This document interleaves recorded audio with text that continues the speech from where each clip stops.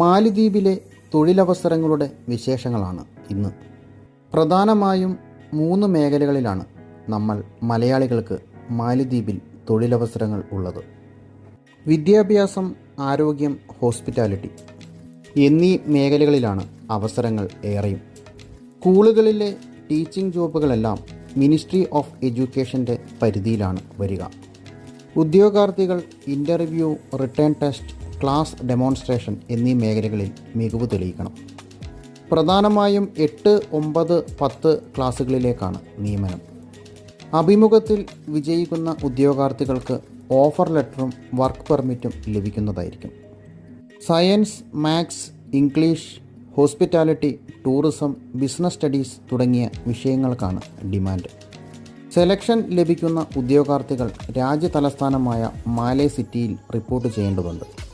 അവിടെ നിന്നും ഏത് ഐലൻഡിലേക്കാണ് നമ്മുടെ നിയോഗമെന്ന് വ്യക്തമാകും. 200ഓളം ജനവാസ ദ്വീപുകളിലെ ഏതെങ്കിലും ഒരു ഐലൻഡിലെ സ്കൂളായിരിക്കും നമുക്ക് ലഭിക്കുക. അങ്ങോട്ടേക്കുള്ള യാത്രകളെല്ലാം സ്കൂൾ തന്നെ അറേഞ്ച് ചെയ്യും. മാലിദ്വീപിലേക്കുള്ള ടീച്ചിങ് റിക്രൂട്ട്മെൻറ്റ് ഏജൻസികൾ ഇപ്പോൾ നിരവധിയാണ്. മുൻകൂട്ടി പണം ആവശ്യപ്പെടുന്ന ഒരു ഏജൻസികളെയും വിശ്വസിക്കാതിരിക്കുക.